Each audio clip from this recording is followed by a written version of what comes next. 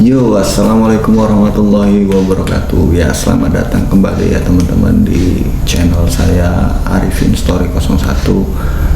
Jadi pada kesempatan kali ini saya akan membahas atau mereview sedikit mengenai sebuah kamera yang baru-baru ini saya beli dari salah satu marketplace ya.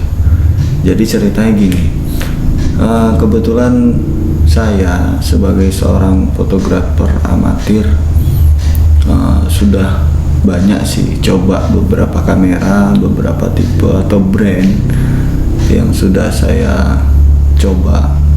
Dari awal karir saya itu saya mencoba kamera dengan brand Nikon, kemudian saya coba juga ke Canon, kemudian saya coba ke Fujifilm, dan kemudian saya juga coba memakai Sony, dan kebetulan saya merekam video review saya ini menggunakan Sony A7 Classic. Ini yang di depan saya ini ya guys ya, teman. Jadi saya ingin mereview sebuah kamera.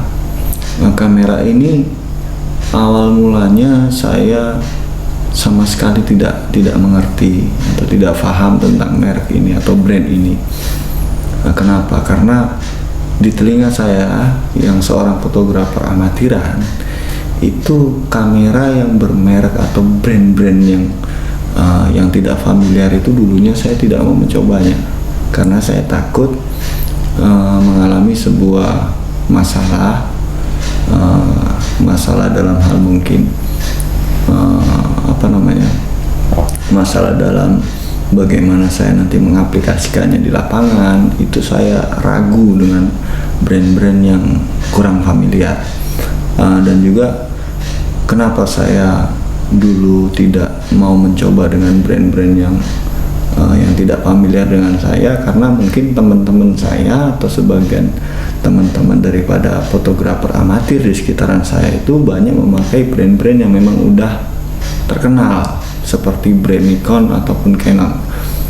Dan juga saya baru-baru ini aja memakai Sony ya, Sony karena saya sebagai fotografer amatir juga jujur aja saya memiliki rasa penasaran yang cukup tinggi, karena dengan rasa penasaran tadi dapat mengembalikan mood saya untuk motret atau bekerja di dunia fotografer. Nah, jadi sedikit lagi cerita mengenai kamera yang akan saya bahas kali ini atau yang saya review kali ini. Awal mulanya dulu saya mendengarnya ketika mendengar sebuah atau menonton sebuah acara di salah satu stasiun TV swasta ya, yang membahas masalah fotografi.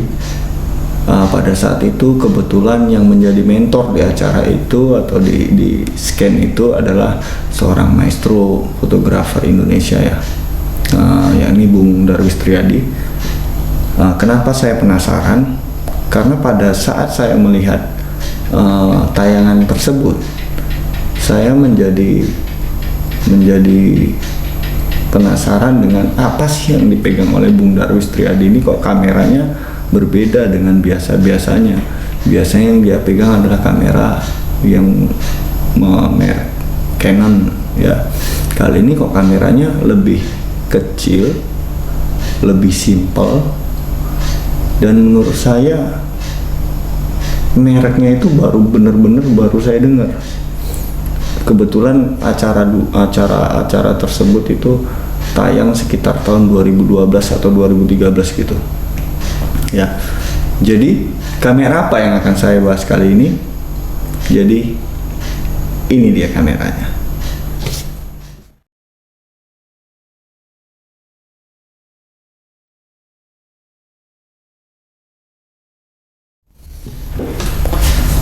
Ya oke, teman-teman, ya itulah tadi kameranya. Jadi inilah kamera yang akan saya review kali ini, adalah kamera Olympus ya. Yang di tangan saya ini adalah Olympus seri OMD EM5 Mark 1 atau OMD EM5 Classic. Jadi kamera yang saya pegang ini adalah kamera mirrorless ya, yang dikeluarkan oleh Olympus di tahun 2012. Jadi secara umur kamera ini sudah berusia kurang lebih 10 tahun. Jadi seperti apa spesifikasinya? Check this out. Untuk teman-teman sekalian, inilah kamera Olympus OMD EM5 Mark I atau klasik. Jadi kamera ini pertama kali dikeluarkan itu pada tahun 2012, yakni di saat brand-brand ternama seperti Nikon dan Canon itu masih banyak difokuskan ke kamera seri-seri DSLR ya. Jadi kamera Olympus ini sudah mampu atau sudah dapat merambah ke dunia mirrorless. Jadi kamera mirrorless itu kamera apa? Kamera yang tidak lagi menggunakan cermin ya, tidak lagi menggunakan cermin seperti kamera-kamera DSLR yang sering kita pakai dengan bodi yang bongsor atau besar. Jadi dengan tidak lagi mengusung DSLR, jadi kamera ini bertipe mirrorless. Jadi kamera ini dapat lebih diperkecil atau bentuknya lebih compact ya, karena tidak lagi menggunakan cermin.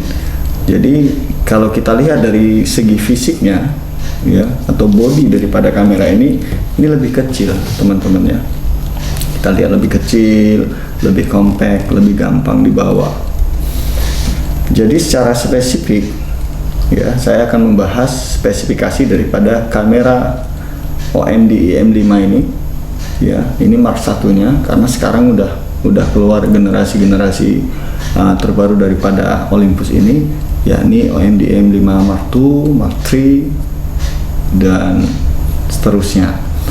Jadi kenapa saya beli kamera ini? Karena pada awal kemunculannya di tahun 2012, jujur aja saya belum mampu untuk membelinya, karena kisaran harga untuk kamera ini awal mula dikeluarkan oleh Olympus itu berkisar di angka 10 juta ke atas.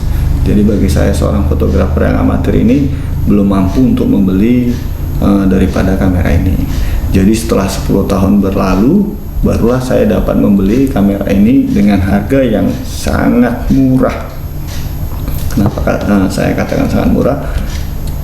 Karena dengan spesifikasi yang ada di kamera ini dan dibandingkan dengan harga yang sekian, itu sangat-sangat murah. Karena saya membeli kamera ini di angka sekitar 3 jutaan aja, sudah termasuk bodi dan juga lensa kitnya.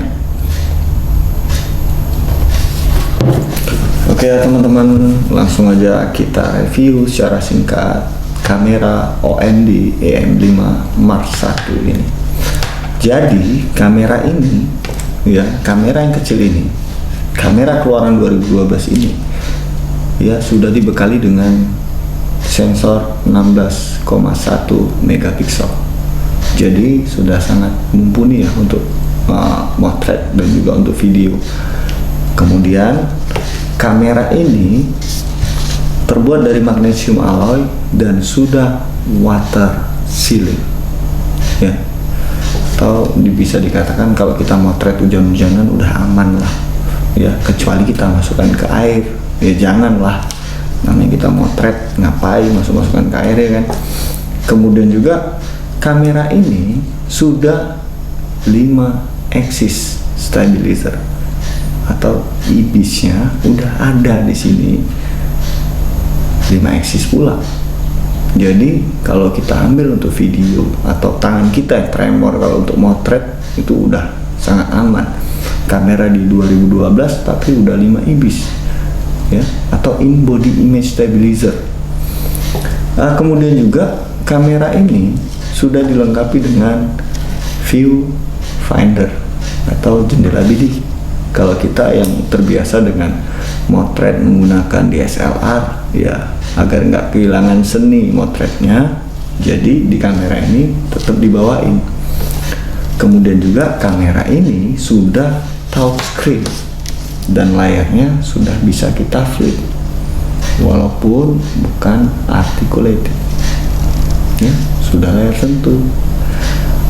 Kemudian di kamera ini sudah ya dibekali dengan sensor True Peak 7 yang menyebabkan kamera ini bisa mengambil gambar yang lebih real atau nyata ya, walaupun sensor kamera ini itu masih memakai sensor micro four third. Artinya apa? Masih di bawah daripada full frame dan juga APS-C, cuman tidak kalah untuk mengambil foto maupun video. Jadi secara overall kamera ini masih sangat mumpuni ya teman-teman untuk kita pakai di 2020 ini. Jadi walaupun kamera ini usianya sudah kurang lebih 10 tahun ya, mungkin bisa menjadi bahan pertimbangan teman-teman sekalian untuk yang baru belajar motret ya, atau sekedar hobi. Karena apa? Karena dengan harga yang kita bisa dapatkan di tahun 2022 ini harganya sangat-sangat saya rekomendasikan, karena saya juga dapatnya harganya sangat murah di kisaran 3 jutaan udah body dan juga lensa kitnya.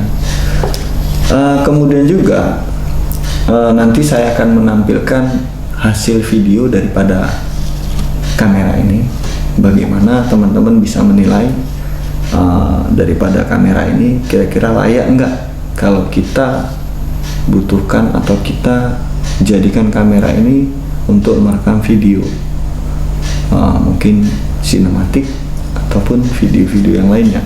Dan juga saya akan menampilkan juga hasil daripada foto kamera ini. Kemudian lagi kelebihan daripada kamera ini juga dari spesifikasinya adalah karena ini menggunakan lensa micro four third, lensanya juga sangat-sangat murah ya.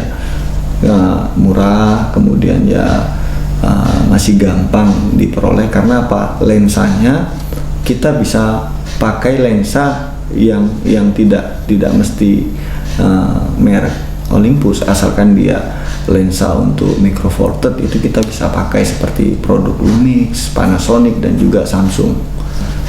Jadi ya sangat-sangat banyak lensanya dipakai. Ya itulah teman-teman ya.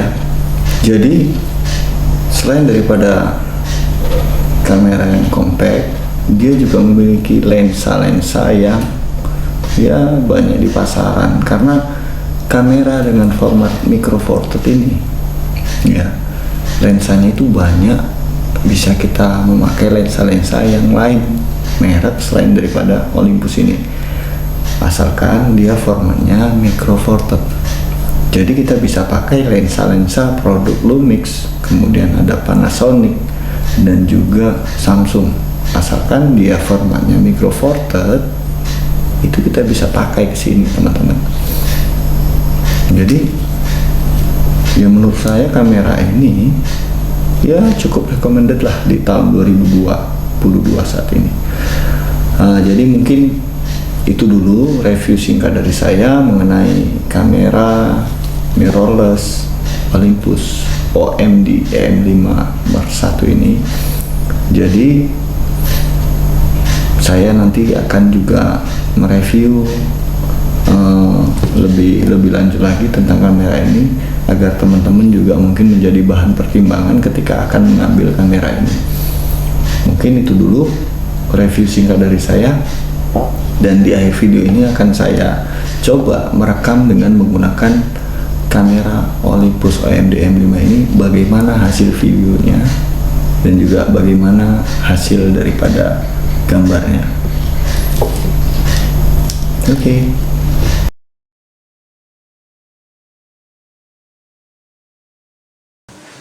Oke ya teman-teman, ini adalah hasil daripada video yang saya rekam dengan menggunakan kamera Olympus OMD EM5 Mark I. Jadi teman-teman bisa menilai bagaimana kualitas daripada video yang direkam dengan menggunakan Olympus OMD EM5 ini dengan pengaturan otomatis ya. Teman-teman bisa melihat bagaimana kualitas autofokusnya, kemudian juga kualitas suaranya, itu bisa teman-teman nilai.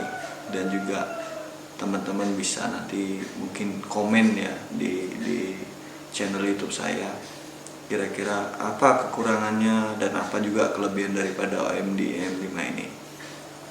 Kemudian juga saya merekam video ini tidak menggunakan mikrofon eksternal, karena di kamera ini itu tidak terdapat jack untuk audio daripada mikrofon eksternal tersebut. Jadi teman-teman bisa menilai bagaimana kualitas daripada video yang dihasilkan oleh kamera OMD EM5 ini. Oke.